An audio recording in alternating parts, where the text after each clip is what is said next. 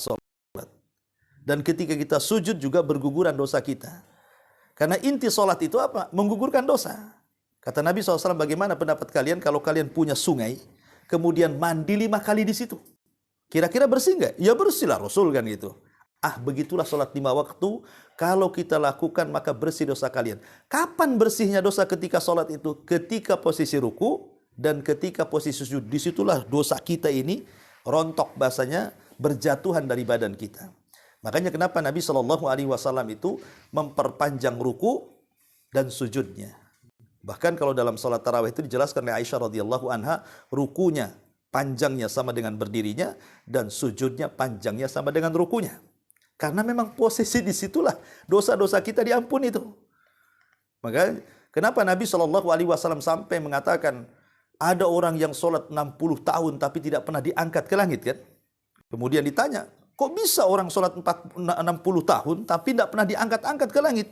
Kemudian Rasul mengatakan karena dia menyempurnakan ruku tapi tidak menyempurnakan sujud, atau dia menyempurnakan sujud tapi tidak menyempurnakan ruku. Artinya dua-duanya harus sempurna. Jadi ketika ruku terus betul-betul lurus. Yang kalau kita taruh wadah sesuatu di sini itu, dia tidak akan jatuh saking lurusnya. Begitu juga dalam posisi sujud. Maka lamakanlah dalam dua posisi ini. Lah, ruku itu bagian daripada rukun, tidak boleh ditinggalkan. Ini yang kelima. Kemudian yang keenam, al-qiyam minar ruku. Berdiri setelah ruku. Ya, jadi kalau habis ruku kan berdiri, bahasanya apa? I'tidal namanya. Berdiri itu. Ada orang yang habis ruku berdiri sebentar langsung sujud kan? Ini tidak bisa. Ya, dia harus lurus betul-betul. Kalau dia masih membungkuk, tiba-tiba langsung sujud, tidak sah salatnya. Kenapa? Dia meninggalkan rukun. Apa itu berdiri setelah ruku? Jadi habis ruku berdiri dia harus tegak lurus dulu, kasih waktu nafas kan itu ya. Kasih jeda dulu, baru kemudian sujud. Karena itu bagian daripada rukun. Ya, ini yang ke-6. Yang ke-7 sujud. Nah, ini saya katakan tadi sujud bagian daripada rukun. Tetapi yang ingin saya jelaskan sujud ini. Sujud ini tidak sah kalau tidak menempel 7 anggota sujud. Ya, ingat ya, 7 anggota sujud itu 2 telapak kaki, 2 lutut, 2 tangan, kemudian dahi dan hidung. Ya. Ini kalau tidak nempel di bumi ketika sujud tidak sah salatnya. Jadi harus betul-betul nempel ininya, ujung-ujung jarinya, lututnya, tangannya, dahi dan hidung. Kapan itu ketika dikatakan sah? Ketika memulai mengucapkan subhana rabbiyal a'la. Jadi ketika kita mulai subhana rabbiyal a'la, di situ tancapkan semuanya. 2 ujung kaki, 2 lutut, 2 tangan, dan 2 dahi. Tapi kalau kita sudah membaca subhana rabbiyal a'la, walaupun bawahnya kakinya agak ngangkat, ya kan? Itu sah sujudnya, kata ulama. Yang jelas, dimulainya menancapkan 7 anggota sujud itu ketika mulai mengucapkan subhana rabbiyal a'la. Bisa dipahami ya? Ya, 3 kali paling sedikit, gitu ya. Lebih juga nggak apa-apa. Kemudian yang jadi khilaf para ulama adalah biasanya ketika sujud itu, okelah mungkin 2 telapak tangan bisa rapat, bisa ke bumi, 2 lutut bisa ke bumi, 2 tangan bisa ke bumi. Kadang-kadang hidung, ya mungkin agak terlalu begini, hidungnya tidak nancap gitu ya. Ini jadi khilaf ulama, apakah ketika hanya cukup dahinya saja, hidungnya tidak menempel, itu dianggap sah sujudnya, berarti dianggap juga sah solatnya, ataukah tidak? Ini menjadi khilaf ulama. Ada yang mengatakan bahwa hidung dan dahi itu satu paket. Tapi ada juga yang mengatakan tidak, yang penting dahinya. Kalaupun hidungnya seandainya tidak menempel pun sah-sah saja. Nah, tapi ini ranah khilaf ulama. Tapi yang jelas kalau bisa sih kita sempurnakanlah dahi dengan hidung itu betul-betul menancap ketika membaca subhana rabbiyal a'la. Ya, ini yang keberapa tuh? Yang ke-7. Kemudian yang ke-8 al-julus baina sajdataini. Duduk di antara 2 sujud. Duduk di antara 2 sujud. Itu juga rukun tuh. Berarti ketika habis sujud kemudian duduk, disitulah pentingnya kita berdoa. Karena di situ doa minta ampun kan, Rabbighfirli, paling pendek, kemudian baca 3 kali kemudian sujud lagi. Ini yang ke-8. Yang ke-9, ini yang paling penting, tuma'ninah fi al-jami. Tuma'ninah dalam semua gerakan sholat. Ini rukun. Karena kita lihat Mungkin Anda pernah melihat satu YouTube di Indonesia itu salat taraweh tercepat di dunia kan. Ya, 5 menit dengan 23 rakaat. Nah, toto dolin nggak tahu juga kapan itu alhamdulillahnya kan. Toto dolinnya aja yang keras ya. Nah, kemudian baru ruku udah Allahu Akbar, Allahu Akbar. Itu kalau orang tua yang salat kayak gitu itu pulang sakit pinggang tuh. Ya. Tapi kalau anak muda ya sakit pinggang juga lah kalau kecepatan kan gitu. Padahal tumakninah dalam sholat itu rukun. Ya. Artinya tidak sah sholatnya kayak gitu tuh. Sebab bagaimana apa sih manu tumakninah? Tumakninah itu sampai seluruh persendian kembali ke tempatnya masing-masing. Ya, jadi kalau umpamanya berdiri ya sampai betul-betul tegak. Nah, itu namanya tumakninah gitu ya. Ketika ruku sampai betul-betul lurus. Ya, itu tumakninah artinya. Artinya tumakninah ini identik dengan ketenangan dalam sholat. Tenang, sempurna, itulah tumakninah. Dan itu bagian daripada rukun sholat. Kemudian juga yang ke-10, al-julus litasyahudil akhir. Duduk untuk tasyahud akhir. Ini juga bagian daripada rukun sholat. Kemudian at-tasyahudul akhir. Tasyahudnya juga rukun. Duduk beda, tasyahud beda. Ya, kalau duduk ya duduknya. Kalau tasyahud itu kebacaannya, ya itu dua-duanya rukun tuh. Ya. Kemudian yang nomor 12, sholawat atas Nabi. Kalau pada tasyahud awal, kan ulama berselisih pendapat, apakah bacaan tasyahud itu disamakan antara tasyahud awal dengan tasyahud akhir? Kan itu ya. Ataukah hanya tasyahud awal itu sebatas kalimat syahadat saja? Pemain at-tahiyatu lillahi wassalawatu wattayyibat. Sampai kepada asyhadu alla ilaha illallah wa asyhadu anna muhammadar rasulullah langsung berdiri. Ataukah dihabiskan? Dihabiskan sampai innaka hamidum majid. Berarti bacaan tasyahud awal dengan tasyahud akhir sama. Ya. Wallahu a'lam, ini menjadi ranah khilaf para ulama. Ya, kalau saya lihat fatwanya Syekh Shalih Fauzan hafizahullah taala, dia mengatakan sampai syahadat saja. Jadi dibedakan antara tasyahud awal dengan tasyahud akhir. Tapi kalau pendapat Syekh Albani rahimahullah taala, dia mengatakan sama antara bacaan tasyahud awal dengan tasyahud. Ini ranah khilaf ulama lah kan itu. Mau dicukupkan sampai syahadat ya nggak masalah gitu ya. Ataupun mau disempurnakan juga diperbolehkan. Ya.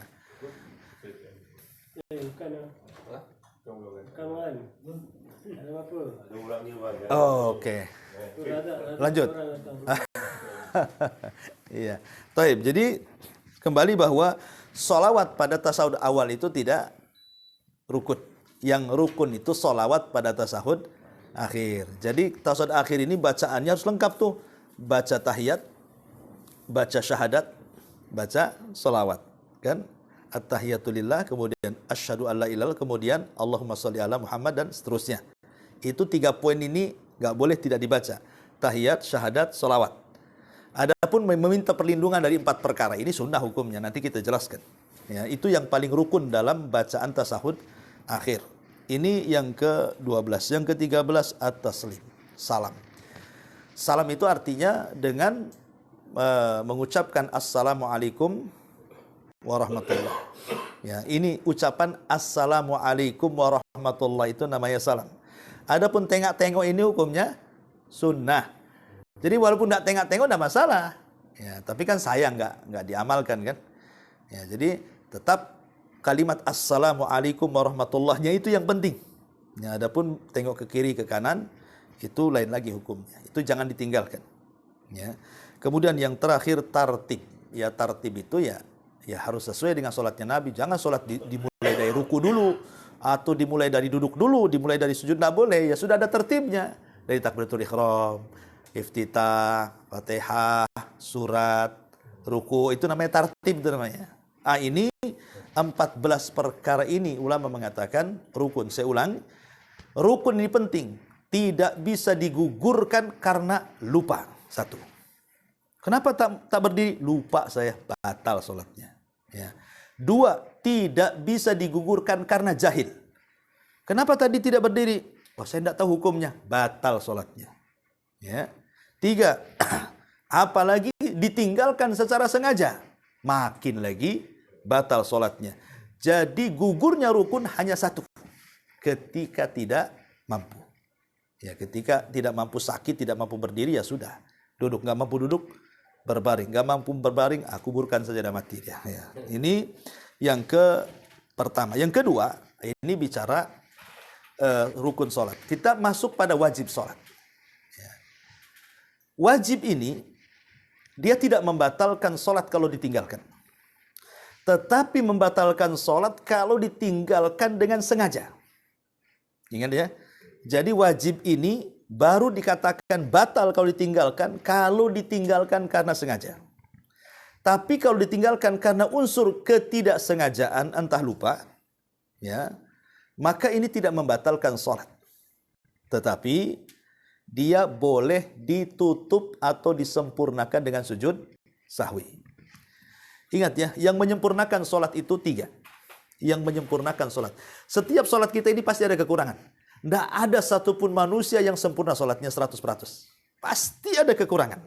Entah melamun, entah kurang tumak nina, entah banyak pikiran gitu kan. Mestilah dalam sholat itu, entah gerakan, entah bacaan. Tidak ada orang sholat sempurna. Pasti ada kekurangan.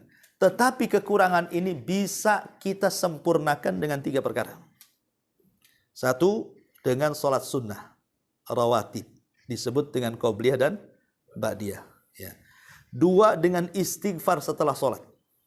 Ada wirid istighfar setelah sholat. Pokoknya kalau udah assalamualaikum warahmatullah, assalamualaikum, langsung astagfirullah, astagfirullah, astagfirullah. Lah istighfar 3 kali setelah sholat atau masuk dalam wirid sholat, itulah penyempurna sholat.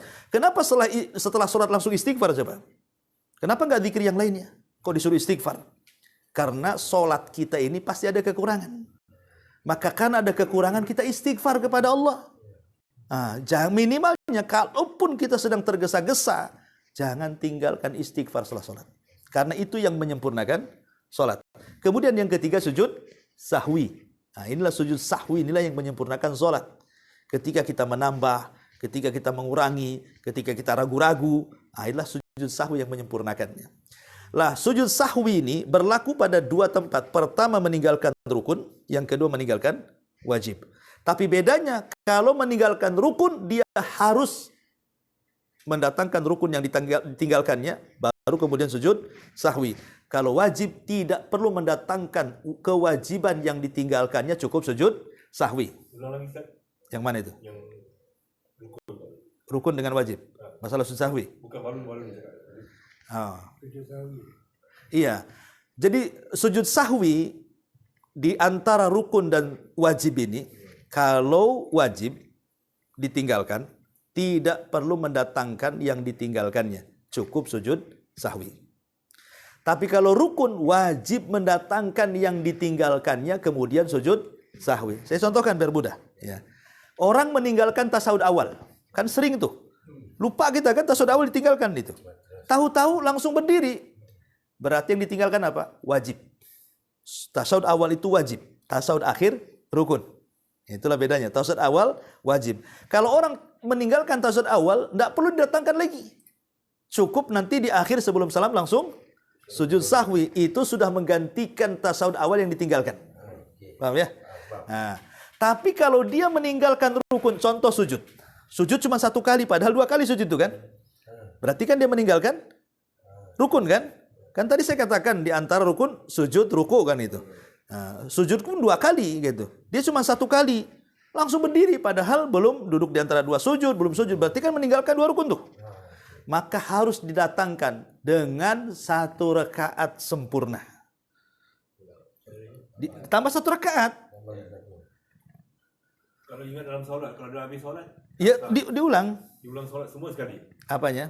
Kalau ingat dalam solat, tidak, diulang yang ditinggalkan itu saja. Pamannya habis salam nih. Assalamualaikum. Tadi kurang 1 kan? Tambah 1 rakaat. Jadi meninggalkan 1 rukun itu gantinya 1 rakaat. Kemudian setelah salam, kemudian dia sebelum salam sujud sahwi baru salam. Paham ya? Jadi kalau meninggalkan rukun dia harus mengganti.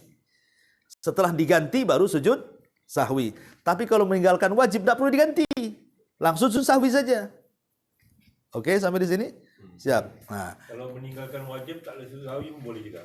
Kalau meninggalkan wajib, 1. Kalau unsurnya sengaja, batal sholatnya. Sengaja ditinggalkan, batal sholatnya. Kalau tidak sengaja karena lupa atau karena ketidaktahuan, ya, maka dia sujud sahwi. Tapi ulama mengatakan seandainya dia tidak mendatangkan sujud sahwi, sah nggak ibadahnya? Sah kata ulama, tapi berdosa. Karena meninggalkan wajib. Hukumnya dosa meninggalkan wajib. Ya, dan mengurangi pahala kan itu ya. Makanya sujud sahwi dalam wajib itu penting, jangan ditinggalkan. Memang sah ibadahnya tidak ada masalah. Tapi Anda meninggalkan wajib. Apa hukum meninggalkan wajib? Berdosa. Lain meninggalkan sunnah tidak ada masalah. Ini yang ditinggalkan wajib. Sesuatu yang ditekankan oleh Allah tinggalkan. Berdosa dia. Walaupun ibadahnya sah. Oke? Lanjut. Sekarang apa wajib sholat itu? Ya, pertama, takbiratul intiqal. Takbir, ucapan Allahu Akbar pada setiap gerakan. Kan kalau kita ruku, Allahu Akbar. Sami Allahu liman hamidah. Ketika sujud, Allahu Akbar. Ucapan Allahu Akbarnya itu loh. Ya, kan ucapan Allahu Akbar kan cuma dua. Pertama, ketika takbiratul ihram, itu rukun. Yang kedua, Allahu Akbar pada setiap gerakan berpindah satu ke gerakan yang lainnya. Mesti kita baca Allahu Akbar kan? Lah, takbiratul ihram, kalimat Allahu Akbar di takbiratul ihram, rukun. Setelah itu takbir-takbir sampai selesai sholat, wajib. Paham? Nah, ini yang pertama. Yang kedua, tasmi. Ucapan sami Allahu liman hamidah. Rukunya rukun. Tapi ucapannya sami Allahu liman hamidah wajib. Jadi kalau orang meninggalkan sami Allahu liman hamidah, langsung pemilih ruku langsung berdiri nih. Lupa tidak mengucapkan sami Allahu liman hamidah, langsung berdiri, sujud sahwi. Kenapa? Karena meninggalkan wajib. Nah, gitu ya. Ini yang kedua. Yang ketiga, at-tahmid. Ucapan Rabbana walakal ham setelah bangkit dari ruku. Tetapi ada yang mengatakan ini wajib bagi imam, wajib bagi makmum, dan wajib bagi orang yang sholat sendiri. Wajib bagi imam, wajib bagi makmum, dan wajib bagi orang yang sholat sendiri. Ucapan Rabbana walakal ham. Kemudian juga yang keempat, at-tasbih birruku. Subhana rabbiyal azim. Ya, jadi rukunya rukun, tapi bacaan doa dalam ruku itu wajib. Ya. Kemudian ucapan tasbih dalam sujud. Subhana rabbiyal a'la. Sujudnya rukun, tapi bacaannya wajib. Nah, gitu ya. Kemudian juga yang nomor 6, ucapan Rabbighfirli di antara duduk dua sujud. Duduknya rukun, bacaan Rabbighfirlinya wajib. Ya. Dan yang terakhir tasahud awal. Tasahud awal dan duduk di tasahud awal itu adalah wajib. Bukan, maksudnya hukumnya. Ya, baik bacaan tasahudnya ataukah duduknya, dua-duanya wajib. Nah, ini namanya wajib sholat nih. Ya, saya ulangi, takbir intiqal. Yang kedua, ucapan sami Allahu liman hamidah. Kemudian yang ketiga, ucapan Rabbana walakal ham. Kemudian yang keempat, ucapan subhana rabbiyal azim. Kemudian yang kelima, ucapan subhana rabbiyal a'la. Dan yang terakhir, yang nomor 6, ucapan Rabbighfirli. Dan yang terakhir nomor 7, doa tasyahud dan juga sujud duduk di tasyahud awal. Nah, ini namanya kewajiban sholat. 7 perkara ini termasuk wajib sholat. Ya, kalau ditinggalkan secara sengaja, batal sholatnya. Kalau ditinggalkan tidak sengaja, lakukan sujud sahwi. Gitu saja. Ya, kalau bicara tentang wajib sholat. Adapun sunnah-sunnah sholat terbagi 2. Ada sunnah ucapan, ada sunnah perbuatan dalam sholat itunya. Adapun sunnah ucapan, baca iftitah. Baca iftitah ketika habis takbiratul ihram kan ada iftitah tuh. Ya, macam-macam lah itu doa bentuk-bentuknya yang diajarkan Nabi. Ada Allahumma ba'id baini, ya kan? Ada subhanakallahumma, macam-macam. Nah, itu kalaupun tidak dibaca tidak ada masalah. Pamannya langsung baca Fatihah pamannya kan? Sah sholatnya. Kenapa? Karena iftitah sunnah. Ya, ini yang pertama. Yang kedua, ta'awud dan basmalah. Ucapan a'udzubillahi minasyaitonirrajim, bismillahirrahmanirrahim, kemudian membaca bacaan. Nah, ini ucapan a'udzubillahi minasyaitonirrajim di permulaan salat, kemudian basmalah, itu sunnah. Walaupun tidak dibaca tidak ada masalah. Ya, tetapi sebaiknya jangan ditinggalkan walaupun sunnah. Ini yang kedua. Yang ketiga, ucapan amin. Imam mengatakan ghairil maghdubi alaihim waladhdallin. Kita diam saja. Sah salatnya. Cuman rugi kan? Karena amin itulah kalimat yang membuat orang Yahudi sakit hati. Dan kalimat amin ini kalau bertepatan dengan aminnya malaikat, dosa-dosa kita diampuni. Kan gitu ya. Nah, ucapan amin termasuk sunnah. Kemudian yang keempat, baca surat setelah Fatihah. Kalaupun tidak baca surat tidak ada masalah. Yang penting Fatihahnya jangan ditinggalkan. Ya, umpamanya saya nggak hafal satu surat pun nggak ada hukumnya. Itu sunnah saja. Kalaupun ditinggalkan tetap sah sholatnya. Tapi sebaiknya dibaca.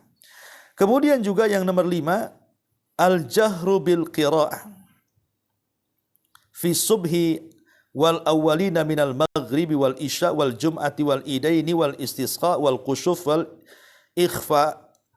ikhfati fi ghairiha. Mengeraskan suara itu sunnah saja. Mengeraskan suara, umpamanya kita sholat maghrib, ya kita baca aja. Sah sholatnya, nggak masalah. Mau dikeraskan pun ada masalah. Pada sholat-sholat yang dikeraskan maksudnya.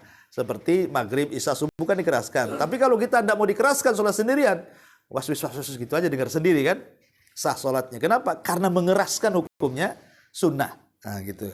Kemudian juga yang nomor 6, ucapan Rabbana walakal hamdan katsiran thayyiban mubarakan fi. Itu tambahan. Karena ada umpamanya habis ruku kan, sami Allahu liman hamidah. Rabbana walakal ham ini wajib. Tapi tambahannya hamdan katsiran thayyiban mubarakan fi mil as-samawati wa mil al-ar wa mil ma syi'ta min syai'in ba'd. Ini semua tambahan-tambahan ini sunnah hukumnya. Ya, tapi dibaca dapat pahala. Kemudian melebihkan zikir dalam ruku, dalam sujud. Kan minimal 3. Ya, minimal kan 3 subhana rabbiyal azim, subhana rabbiyal a'la. Itu minimal 3. Kalau kita mau nambah 10 kali tidak ada masalah. Itu sunnah saja. Pemanya kan imamnya rukunya panjang. Sayang kita diam aja melamun nanti. Udah baca 3 kali masih lama juga imam. Tambah lagi. Imam sujudnya lama, kita udah selesai 3 kali baca. Tambah lagi. Itu menambah bacaan zikir itu di dalam ruku dan sujud termasuk sunnah. Ya. Kemudian yang nomor 8, doa di tasyahud akhir setelah membaca sholawat. Di situ ada 2 doa. Pertama, doa meminta perlindungan dari 4 perkara. Ya, Allahumma inni a'udzubika min adzabi jahannam wa min adzabil qabri wa min fitnatil mahya wal mamat wa min syarri fitnatil masihi dajjal. Ini sunnah. Kemudian setelah itu kita bisa berdoa dengan apapun yang kita mau. Kita bisa berdoa dengan Rabbana atina fid dunya hasanah wa fil akhirati hasanah wa qina adzabannar. Atau Rasulullah SAW biasanya berdoa sebelum salam, Allahumma inni a'udzubika minal ma'tham wal maghrab. Itu yang biasa yang dibaca Rasul. Ya Allah, saya meminta perlindungan dari kamu dari perbuatan dosa dan hutang. Ya. Kemudian salah satu istri Rasul bertanya, Rasul, apakah kau punya hutang? Katanya kan. Kenapa asih itu aja yang dibacakan gitu? Kata Rasul, tidak. Karena biasanya kata Rasul, kalau orang sudah berhutang, pasti dia dusta. Kalau sudah berdusta, pasti dia khianat. Kata Rasul gitu kan. Kan orang berhutang kan suka begitu. Nah, ditagi nanti berdusta dia. Nah, habis berdusta khianat, kapan besok? Besok tak ada orangnya. Nah, itu khianat janji namanya. Itu yang ditakutkan Rasul. Karena kata Rasul, apabila orang sudah berhutang, pasti kadzab. Pasti dia berdusta. Kalau sudah berdusta, pasti akhlak. Pasti dia akan mengingkari janji. Nah, makanya Rasul berlindung dari hutang itu setiap sholatnya itu. Nah, Allahumma inni a'udzubika minal ma'tham wal maghrab. Itu yang biasa dibaca Nabi sebelum salatnya. Ini bicara tentang sunnah-sunnah ucapan. Di sana ada sunnah-sunnah perbuatan. Di antaranya mengangkat tangan. Kan kita sering mengangkat tangan kan. Baik ketika takbiratul ihram. Nah, itu mengangkat tangan kan. Entah sejajar dengan kuping. Entah sejajar dengan bahu. Ya, ini sunnah saja. Seandainya pun kita diam saja, Allahu Akbar, sah sholatnya. Karena mengangkat tangan itu hukumnya sunnah. Makanya mengangkat tangan itu boleh. Angkat dulu baru takbir. Allahu Akbar. Atau takbir dulu baru angkat tangan. Allahu Akbar. Atau berbarengan dengan takbir Allahu Akbar. Tiga-tiganya boleh. Kan ini sunnah saja. Ya, nggak ada masalah. Ini namanya sunnah perbuatan. Kemudian yang kedua, meletakkan tangan kanan di atas tangan kiri di atas dada sini. Jadi ketika habis mengangkat tangan kan ketika berdiri Allahu Akbar. Kadang-kadang kita letakkan kan. Seandainya pun tidak diletakkan Allahu Akbar, nggak ada masalah, sah sholatnya. Karena meletakkan di sini sunnah. Ya, walaupun kita begini sah sholatnya. Tapi kalau kita mau letakkan begini dapat pahala karena mengerjakan sunnah. Ya, ini yang kedua. Yang ketiga, melihat ke tempat sujud. Jadi ketika kita berdiri, posisi berdiri, Allahu Akbar. Melihat ke tempat sujud ini sunnah hukumnya. Ya, bahkan dalam mazhab Abu Hanifah justru melihat bukan ke tempat sujud tapi ke depan. Gini. Kenapa? Karena mengambil dalil dari firman Allah surah Al-Baqarah itu, fa aynama tuwallu fathamma wajhullah. Kemanapun wajahmu dipalingkan, disitulah ada wajah Allah. Jadi tidak mesti ke tempat sujud, ya kan? Tetapi bagaimanapun menatap ke tempat sujud itu lebih khusyuk karena ada dulu para sahabat di awal-awal sholat mereka kan biasa ngomong ketika sholat. Allahu Akbar, piye kabare? Nah, gitu. Boleh. Dulu awal-awal disyariatkan sholat bisa ngobrol. Nah, tapi kemudian turun ayat tentang larangan. Ya, tentang larangan bahwa orang sholat itu harus khusyuk. Alladzina fi sholatihim humul khasyi'un. Orang yang dalam sholatnya mereka khusyuk. Setelah turun ayat tentang diwajibkannya khusyuk, maka dilarang sholat.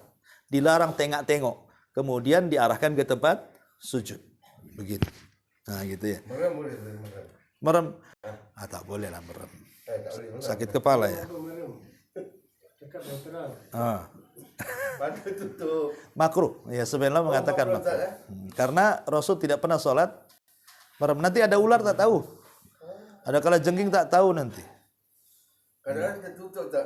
Mantuk itu antum itu bukan ini. Ketiduran. Diri mau tidur. Habis makan durian, ya kan subuhnya tadi. Nah, jadi merem itu hukumnya makruh wallahu a'lam.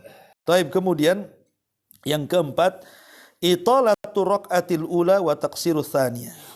Memanjangkan rakaat pertama dan memendekkan rakaat kedua. Umpamanya kalau ketika rakaat pertama kita baca surat agak panjang. Watin, umpamanya watini wa zaitun. Rakaat yang keduanya kulhu. Nah, kan lebih pendek lagi. Jangan yang pertama pendek, yang kedua pula panjang. Itu menyelisih sunnah namanya. Ya, jadi dengan memanjangkan rakaat yang pertama lam yakunil kita baca. Rakaat kedua inna a'taina. Nah, gitu maksudnya. Ya, jadi memanjangkan rakaat pertama dan memendekkan rakaat yang kedua itu sunnah. Ya. Kemudian juga termasuk yang kelima adalah qabdu raqabataihi biyadaihi mufarrijatai al-asabi fir ruku'i wa madd dhahri. Memegang merenggangkan jari jemari dan memegang lutut begini. Ketika ruku. Jadi direnggangkan, pegang kayak gini. Ini sunnah. Merenggangkan dan memegang lutut begini. Ya gini nggak masalah gitu sebenarnya. Cuman kalau begini sunnah hukumnya karena akan lebih sungguh-sungguh ketika ruku. Kita bisa saksikan kalau kita betul-betul ditekan lututnya kan sungguh-sungguh itu kita ruku. Tapi kalau gitu ini asal-asalan orang malas sholat itu. Ya, nah, ini juga termasuk sunnah.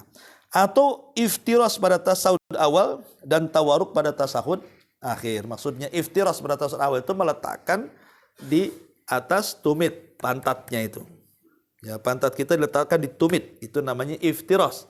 Tapi kalau melabuhkan pantat di lantai itu namanya tawaruk.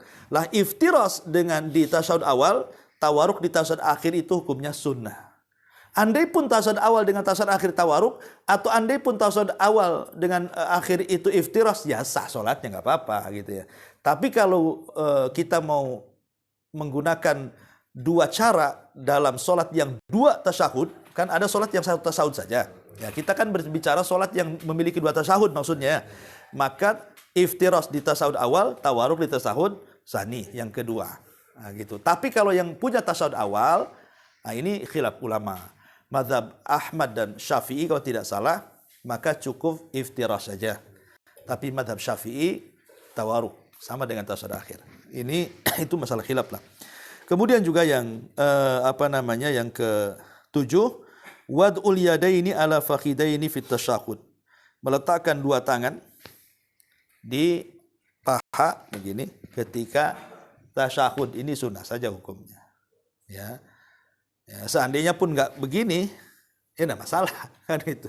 Seandainya atau begini ya nggak apa-apa. Tapi kalau kita taruh di sini, sunnah hukumnya, gitu ya. Dan yang terakhir di sini disebutkan mujafatu dhira'aihi an jambaihi wa batnihi an fakhidaihi fi sujud. Merenggangkan sikut ketika sujud. Gitu maksudnya. Ini direnggangkan, dijauhkan dari lambung. Nah, sampai-sampai disebutkan anak kambing bisa masuk ke sini. Nah, itu sunnah hukumnya. Sunnah saja, itu sunnah perbuatan. Andai kata pun begini karena sholatnya rapat gitu. Kan susah kita kalau sholat jamaah rapat. Begini ya habislah kepala orang kan gitu. Nah, kalaupun begini ya sah-sah saja karena ini bagian daripada sunnah. Nah, inilah yang disebut dengan sunnah fi'liyah dalam sholat. Nah, di situ sudah jelas ada rukun, ada wajib, ada sunnah. Kalau kita mengerjakan 3 perkara ini, atau yang keempat syaratnya, syarat-syarat syarat sholat belum ya. Syarat sholat itu ada 8. Pertama harus Islam. Orang kafir nggak boleh sholat.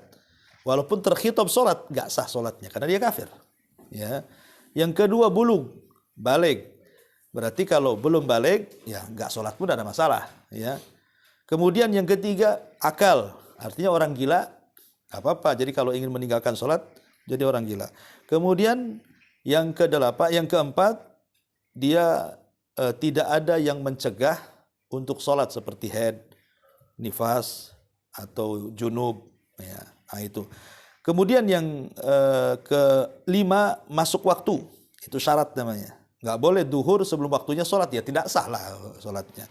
Kemudian yang nomor 6, suci dari 2 hadas. Hadas besar, hadas kecil. Hadas besar dengan junub, hadas kecil dengan wudu. Kemudian yang nomor 7, menutup aurat. Kalau tersingkap auratnya tidak sah sholatnya. Kemudian yang terakhir itu namanya mengarah ke kiblat. Nah, itu namanya syarat sholat. Lah ulama, kata Syekh Shalih Fauzan, kalau antum ketika sholat mendatangkan 4 perkara ini, syaratnya dipenuhi, rukunnya dipenuhi, wajibnya dipenuhi, sunnahnya dipenuhi, maka kita telah menegakkan sholat. Bahasa Quran kan, aqimus sholah, tegakkan sholat. Kenapa harus dikatakan tegakkan sholat? Karena banyak orang yang sholat tapi tidak menegakkannya. Orang sholat ramai, tapi yang menegakkan sholat itu sedikit, kata beliau. Ya, mungkin orang Islam itu rata-rata sholat. Iya, ramai orang sholat itu. Tapi yang menegakkan sholat itu sedikit sekali katanya. Kemudian dijelaskan, kenapa sedikit? Karena orang yang menegakkan sholat itu harus mendatangkan 4 perkara tadi. Syaratnya, rukunnya, wajibnya, sunnahnya. Kalau kita mendatangkan 4 perkara berarti telah menegakkan sholat. Wallahu a'lam. Baik, silakan. Sunnah. Sunnah saja menggerakkan jari. Karena ini masalah khilaf menggerakkan jari itu. Itu kan hadis Wa'il bin Hujr, ya. Ada yang mengatakan maksudnya yushiru, mengisyaratkan itu tidak menggerak-gerakkan. Tapi ada yang mengatakan menggerak-gerakkan.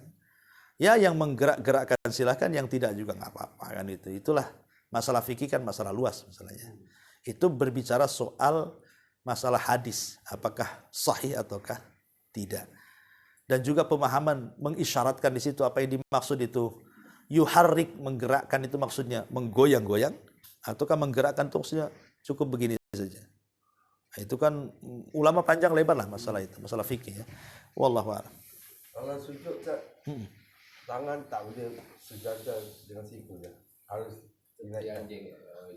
Iya. Itu dilarang, ada larangan tidak boleh duduk seperti seekor anjing.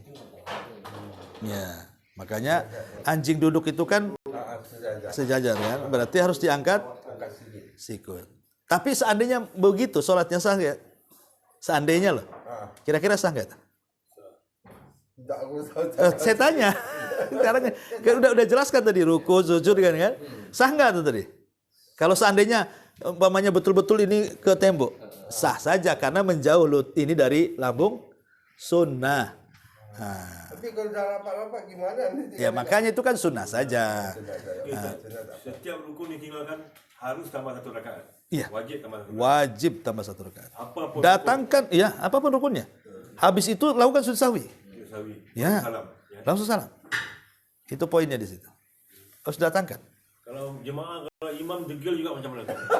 Besok ganti ya. Kita mufarakah atau kita naik 1 rakaat?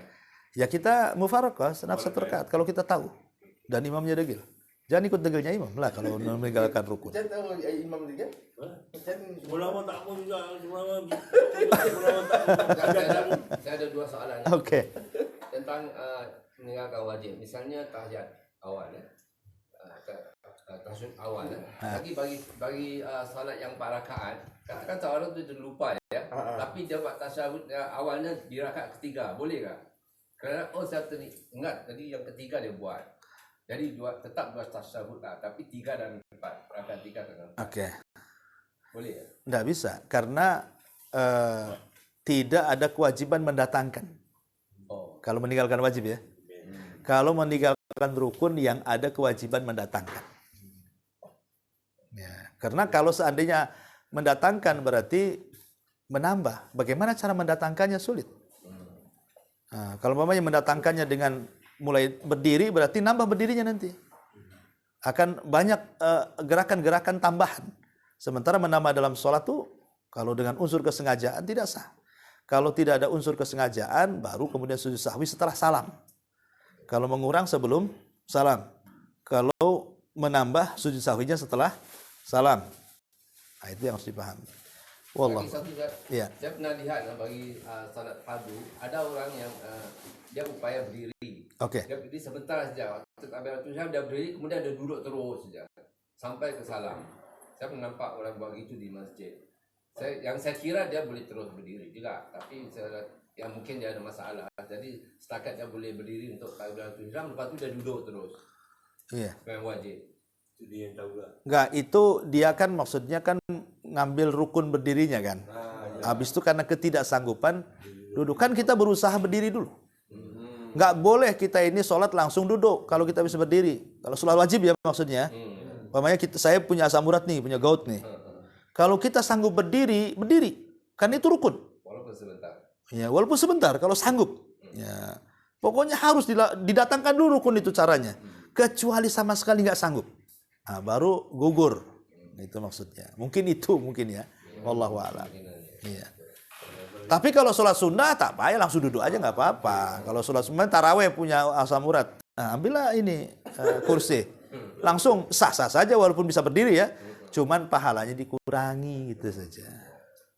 Itu. Oke. Ini nanti belum. Tadi Fatihah tadi Oke. wajib. Baca Fatihah rukun. Oke. Tadi salah barisnya. Kan? Gimana? Salah barisnya Ya, patron. yang bawah dibaca atas tu. Kan? Oh, ihdina sama ahdina tadi. Okey. Kemudian kalau salah panjang pendeknya? Ya sama. Kalau salah panjang pendeknya itu kalau dia merubah makna, ya bisa tidak sah sholatnya kalau sampai merubah makna ya. Ya karena memanjangkan terkadang beda makna. Contohnya Allahu Akbar dengan Allahu Akbar itu beda. Kalau kita panjangkan alifnya, nanti maknanya begini. Apakah Allah Maha Besar? Masa jadi pertanyaan jadinya. Ya, kalau seandainya alifnya dipanjangkan, Allahu Akbar, itu artinya alif itu jadi istifham.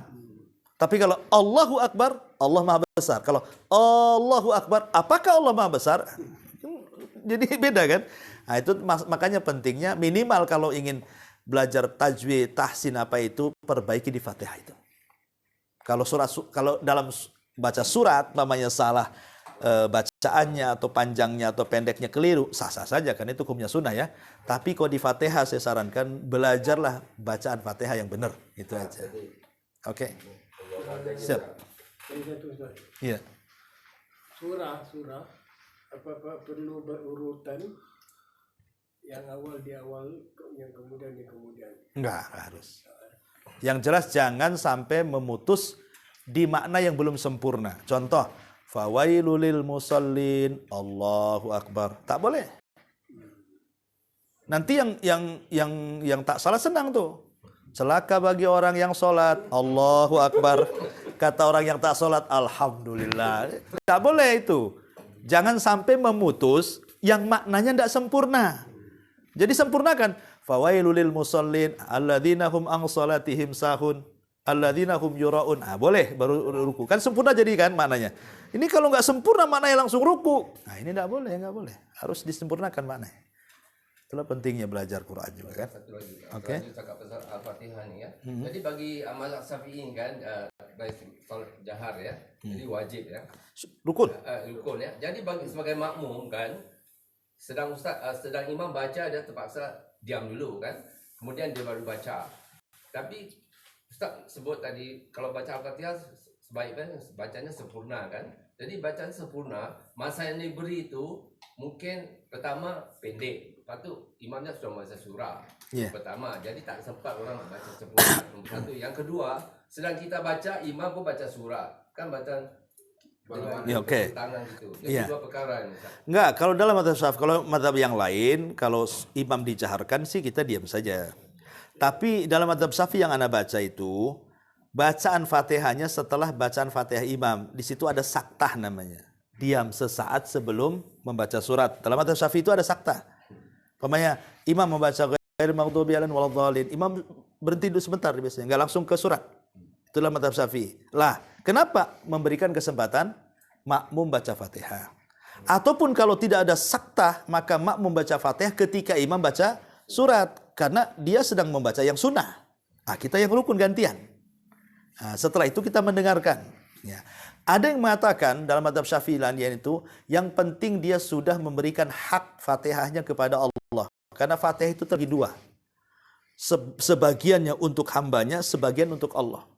Ya, dan disebutkan dalam hadis itu, idza qala abdu alhamdulillah, apabila hambaku mengatakan alhamdulillah, maka Allah akan mengatakan hamidani abdi, hambaku sedang memujiku. Apabila hambaku mengucapkan ar-Rahman ar-Rahim, maka Allah akan mengatakan asna alayya abdi, hambaku sedang mengagungkan aku. Kalau hambaku mengatakan maliki yaumiddin, maka Allah mengatakan majadani abdi, hambaku sedang membesar-besarkan diriku. Lah inilah 3 ayat pertama, ini hak Allah. Ya. Jadi alhamdulillahirabbil alamin ar-Rahmanir Rahim maliki yaumiddin, ini hak Allah. Baru setelahnya itu hak kita.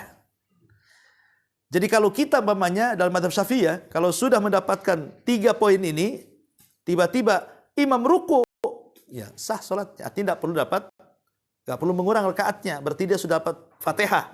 Kalau sudah dibaca 3 ini. Alhamdulillahirabbil alamin ar-Rahmanir Rahim maliki yaumiddin. Karena ini hak Allah sudah terpenuhi. Karena yang lebihnya itu hak kita. Ya, ihdinas siratal mustaqim siratal ladzina, itu kan hak kita semuanya itu. Balik ke kita semuanya. Tapi kalau yang pertama, kedua, ketiga, dan alhamdulillah sampai maliki yaumiddin itu hak Allah semuanya. Jadi kalau dalam madhab yang merukunkan Fatihah pada setiap rakaat, baik sholat sendiri ataupun berjamaah, baik yang dikeraskan atau tidak, mereka mengatakan kalau dia mendapatkan 3 ayat ini, maka dianggap dapat 1 rakaat. Ya, wallahu a'lam. Tapi tidak ada pencanggahan Ustaz. Sedang imam baca surah, makmum baca Fatihah, kan ada Iya, ada ayat yang mengatakan idza quri'a alaikumul Qur'an fa idza quri'a alaikum, ya, apabila dibacakan kepada kalian gitu kan Quran, fa'angsitu kan, suruh diam kan. Kalimat diam dalam ayat itu maksudnya diam ketika kita mendengar imam membaca rukun salat. Ya. Dalam mazhab Syafi'i begitu, ya. Maksud suruh diam itu kan imam sedang membaca rukun. Gantian. Kalau dia sudah selesai baru kita gitu maksudnya. Kenapa? Karena imam itu kan diikuti dia dulu baru kita gitu. Tapi kalau imam membaca surat itu kan baca surat yang sunnah. Maka diam pun tidak masalah. Kata mazhab Syafi'i. Kalau di luar solat, kalian membaca Quran, saya harus diam atau sama-sama baca? Apanya? Di luar solat ya? Itu suka-suka lah di luar solat. Boleh ke tak boleh Ustaz? Tidak, mendengarkan Quran itu sunnah. Bukan kalaupun ada orang ngaji di samping kita nggak dengar pun tidak ada masalah. Apa masalahnya? Nah, tapi kalau mendengarkan ya, kalau kita ada niat ingin mendengarkan dapat pahala. Tapi kalau tidak ada niat mendengarkan, walaupun mendengar ya nggak dapat apa-apa, kan harus ada niat. Jadi yang terbaik dalam solat tu harus baca Fatihah ataupun yang terbaik. Ya itu kembali yang terbaik yang ikut dalil ya. Solat bersama imam.